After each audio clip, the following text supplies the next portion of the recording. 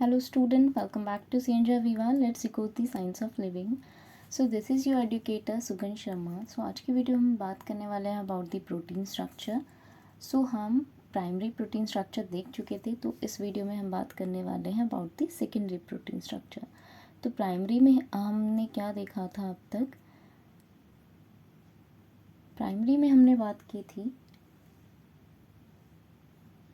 कि हमारा क्या होता है कि सिंपल एक पॉलीपेप्टाइड चेन होता है जिसमें हम बोलेंगे कि अमाइनो एसिड्स लिंक हैं with the help of peptide bond. तो पेप्टाइड बॉन्ड से एक ये लीनियर चेन फॉर्म हो चुका है, बट ये लीनियर चेन फंक्शनल नहीं होता. तो फंक्शनैलिटी या हम बोलेंगे हम बोलेंगे मॉडिफाइड वर्जन बनाने के लिए हमें इसे क्या करना पड़ेगा, सेकेंडरी स्ट्रक्चर में कन्वर्ट करना पड़ेगा. फिर सेकेंडरी से टर्शरी और कुछ केसेस में क्वाटरनरी स्ट्रक्चर भी हो जाता है.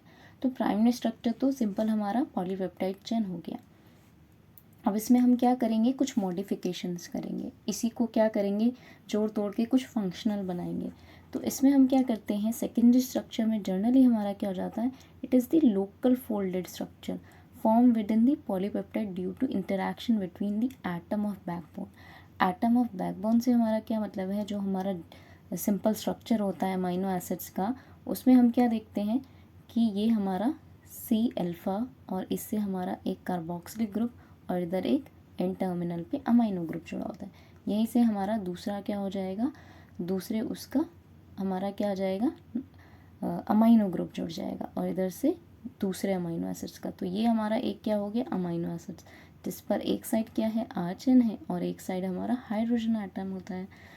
तो जनरली क्या होता है, जो सेकेंडरी स्ट्रक्चर होता है उसमें इन्वॉल्वमेंट सिर्फ किसका होना है, ये बैकबोन एटम का.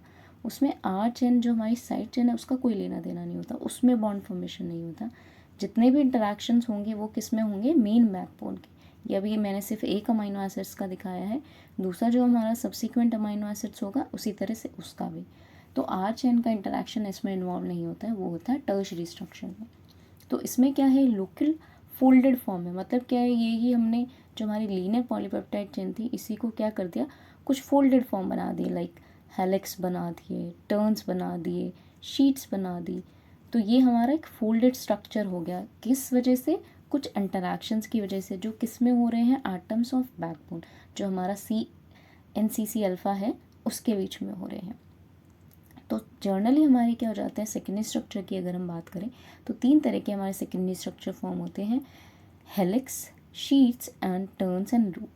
तो हेलिक्स की अगर हम बात करें, हेलिक्स हमें टर्म से ही पता चल रहा है कि कुछ क्या है, हेलिकल स्ट्रक्चर है, इस तरह का स्पाइरल स्ट्रक्चर.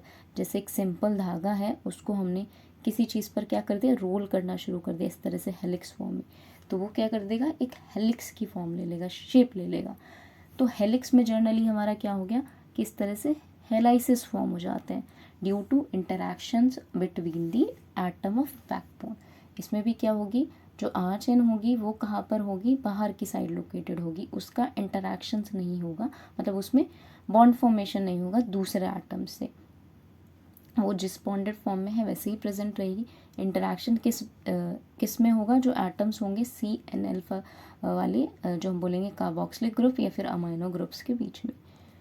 तो जर्नली हमारे जो हेलिक्स हो जाते हैं वो क्या, किस किस टाइप के हो जाते हैं, अगर हम देखें तो हम उनको हाइड्रोजन बॉन्ड पैटर्न के बेसिस पे डिवाइड कर सकते हैं और कैटेगरीज में, कि हाइड्रोजन बॉन्ड किस किस में फॉर्म हो रहा है. मतलब कि हमारी जो हम बनाते हैं लीनियर चेन, इसी को फोल्ड करते हैं तो इन दो एटम्स के बीच में हो रहा है, इनके बीच में फॉर्म हो रहा है, या इससे पहले वाले के बीच में फॉर्म हो रहा है. तो जिससे भी फॉर्म होगा उसके बेसिस पे हम क्या कह देते हैं, हेलिक्स को डिवाइड कर देते हैं फर्दर कैटेगरीज में. या फिर स्क्रू सेंस के बेसिस पे.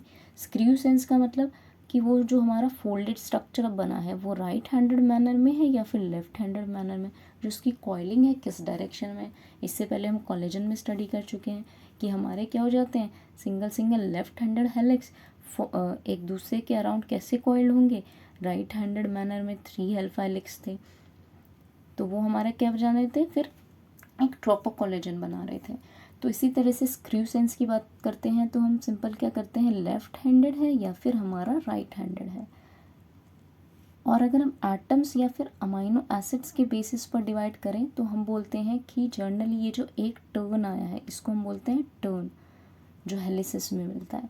तो एक टर्न में हमारे कितने अमाइनो एसिड्स आए हैं और उन अमाइनो एसिड्स में हम कितने एटम्स प्रेजेंट्स हैं, उस बेसिस पर भी हम क्या करेंगे, हेलिक्स को डिवाइड करेंगे फर्दर। अल्फ़ा बीटा जो हमारे गामा डेल्टा, इसी तरह से हेलिक्स बन जाते हैं। तो कितने हमारे हेलिसेस आए हैं वो डिपेंड करेगा कि कितने टर्न में हमारे अमाइनो एसिड्स हैं, उसी के बेसिस पे हमारे क्या हो जाएंगे, नंबर ऑफ एटम प्रेजेंट हो जाएंगे। तो इस तरह से हमारे क्या हो सकते हैं, एक हेलिक्स के स्ट्रक्चर फॉर्म हो सकते हैं जिसको हम स्टडी करेंगे। सेकेंडरी स्ट्रक्चर में क्या आ जाता है, सेकेंडरी स्ट्रक्चर शीट्स की अगर हम बात करें तो इसमें 2 पॉलीपेप्टाइड चेन इन्वॉल्व होंगी, कि एक हमारी है कि उसका एन टर्मिनल इधर है और सी इधर है, दूसरे में भी उसका एन टर्मिनल इधर है, सी इधर है, तो इनके बीच में इंटरेक्शन हो रहा है, तो ये हो जाता है पैरेलल, कि ये दोनों एक दूसरे के पैरेलल हैं। बट अगर हम बात करें कि एक शीट एन सी इधर है तो दूसरी शीट का सी एन इधर है, उनके बीच में इंटरेक्शन हो रहा है, तो उनको हम बोलते हैं एंटी पैरेलल शीट्स।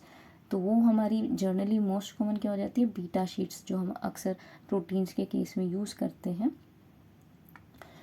नेक्स्ट अगर हमारा जाता है टर्न्स एंड लूप्स, तो टर्न्स एंड लूप्स की बात करें तो ये सिंपली क्या होते हैं कि हमारे 2 या 2 से ज़्यादा जो हमारे सेकेंडरी स्ट्रक्चर हैं उनको जोड़ने के काम आते हैं, कि हमारा एक हेलिक्स प्रेजेंट है और ये दूसरा हेलिक्स प्रेजेंट है, तो ये दोनों आपस में किससे कंबाइन होंगे, जुड़े होंगे, थ्रू दी टर्न्स या फिर लूप्स।